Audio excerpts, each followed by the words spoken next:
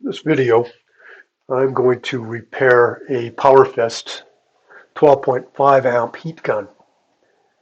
Um, Went to use it the other day, and basically there wasn't any heat. There was a little bit of heat. It was kind of like a weak blow dryer, but used to be that you could look down the barrel of it and see red hot coils, but nothing. Fan was working, just no heat to speak of. So I brought it in, and I've actually started my dismantling of the unit already. Here's the ratings on it, and the stock number or the part number. 1500 watts. Now I've taken it apart, and here's the heat barrel on it. And I'm going to lift off the top case so you can see what it looks like inside. And inside, we had a circuit board at the end of an electrical motor for the fan. So this is the fan unit, and it's a 17-volt DC fan. And that was working fine, so we're not really concerned with that. The other circuit board on it is this one from down on the end, and it's got this central pot potentiometer, and that potentiometer is controlled by a dial which sits on the end of the unit. Sorry, I can't zoom out anymore for this, but the dial has a little female receptacle for the end of that pot. And it's a really simple circuit board, very little involved on this. If we flip it over, I've already removed a triac here. There was a triac mounted in this position against this heatsink. And over here we have a diode, which is actually a diac, and a couple of resistors and another resistor, a capacitor, and another capacitor. And that's basically all she wrote. The actual heating unit is down in this barrel.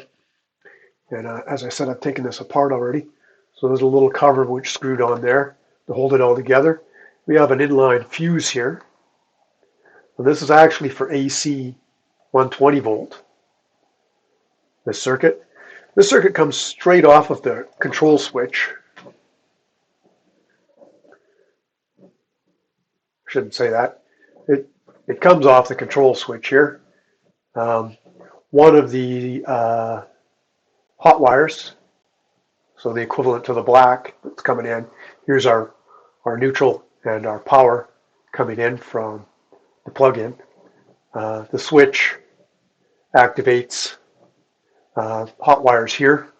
The two lighter wires go to the fan, and the two heavier wires, one of them goes to the heating coil and the other one goes to the circuit board. And it's actually regulated at the circuit board. So what do we have in here? If we open it up, we can see that the heating unit, so there's our fuse again. The heating unit consists of small coiled wire and heavier coiled wire for a low and a high setting. And these are just the heating elements. So the AC current flows through these differentially, and then the fan blows air through there, and you get the effect of the heat gun. Now I've got terminals for the light wires. See if I can show where they connect here. Yeah, there's one of the light coil wires, terminal there, and there's a heavy coil wire terminal just above it. And then for a circuit, we've got matching, where are they here? Heavy coil wire and a light coil wire. And light coil wire. Okay, so what was wrong with it? Well, since the fan was working, we can ignore the fan. But the heating coil wasn't heating up. Actually, just the small coil was heating. So just the fine wires were heating, but the heavy wires were not. So if we trace that circuit back, we find that one of the hot wires goes to our circuit board, and it comes in.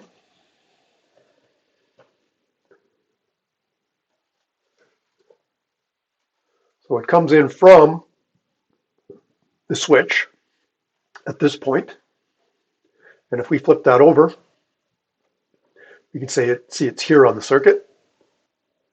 And then from that site where it comes in, we've got the mounting for our triac. See the 3 holes there? We flip that over, there's our triac. And on the triacs you have a gate, and then you have the 2 power. I guess it's kind of equivalent to a drain and a source. So in this case, this would be the drain at this position here. This would be the source. And this one here would be our gate. So it's for switching. And if we flip it over, we see that that circuit actually runs to our diac. Now this is common with triacs. Diacs are often used as a switch, a voltage-dependent switch to activate the triac. And I'll show you that right here. So a diac doesn't have a gate electrode, so they're commonly used to trigger a triac, and you can see that here. And it can be turned on or off simply by reducing the voltage level. So in this case, we're going to increase the voltage level. Well, how do we increase the voltage level? Well, in this configuration, our voltage level is controlled by this potentiometer. So if we turn this clockwise, we turn it up to its max, we reach a threshold voltage level, which then triggers the diac, and the diac triggers the triac, and the circuit is completed in the triac. And when the circuit is completed in the triac, see if I can get that back into the view here, we get current flowing to this terminal along this circuit to this wire. Now where does this wire go? We follow that wire, flip it over on this side, and it's this one here. And that in fact traces all the way to our heating coil. So the root of the problem here had to be something in this circuit board, of course. Well, just from experience, I know that often caps go, capacitors. So I pulled the capacitor that was in this position and I replaced it. This is actually a replacement capacitor. I tested these resistors and the resistors are all fine. I didn't pull this cap. I think this is just smoothing. I'm not sure, actually. I'd have to draw out the electrical circuit to figure out its function, but it's just a fairly small capacitor, so I wasn't too concerned with it. I didn't think it could be the root of the problem. And I'd already kind of elucidated this circuit and figured, if anything, it was this diac had failed, or the triac that goes in this spot. And the triac that goes in that spot is actually this one here. And let's see if we can focus in on the part number. It is a BTA 16, 600B in here. B, 600C. So if we look that up, 600BW30. Here's a data sheet. And from the data sheet, let's see, 1, 2, 3, we've got number labels on there, but we don't have an assignment. Let's see if we can find assignment.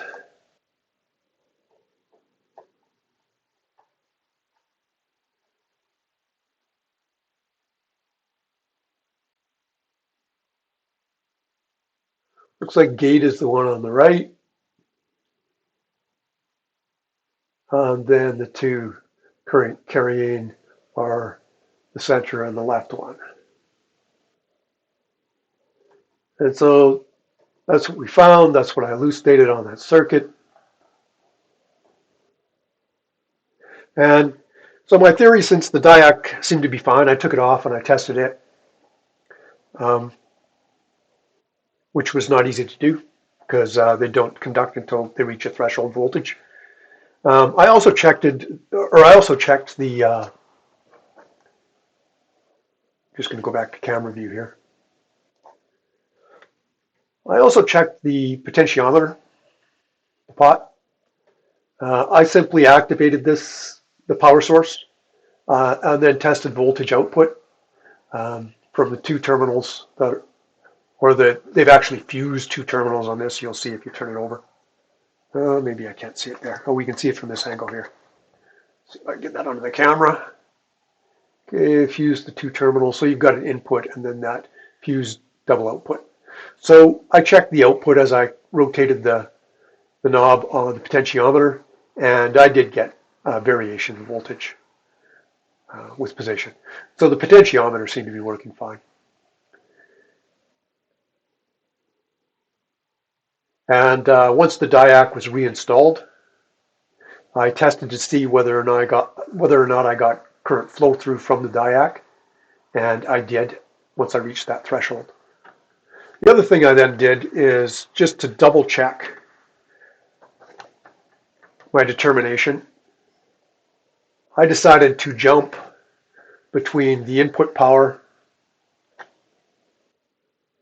and the output power that would go to the heating coil to make sure that the heating coil, there wasn't a break somewhere in the circuit. I checked the heating coil anyways with resistance to see whether or not there was high resistance in the one coil, and there wasn't. There seemed to be continuity throughout the coil. But just to double check, I did jump power to this terminal that goes to the heating coil, and the heating coil did turn red hot. So process of elimination, it appeared to be the triac. So I've removed the triac, as I showed you, and I've ordered one for replacement. And that should fix it. And then I'm going to slap this whole thing back together again. If anybody else has a similar problem, hopefully this can help you out and you can get it fixed. As far as soldering and desoldering these, the triac, I'm just going to put it in position here. There we go. So the triac fits in there. It's screwed on with a machine screw. And on the flip side, you have the solder points. And I simply used a soldering iron, and I do have a sucker for cleaning out the solder once it's melted. But you could also clean out your solder and remove it just using the ribbon, solder removal ribbon. Just heat up each connection one at a time, dab it with this. With a little bit of flux, it helps to absorb it. And then it'll drop right out. Then resoldering is fairly simple.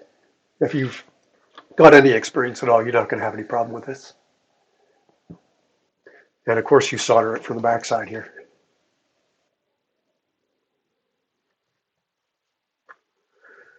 That's it. Thanks for watching.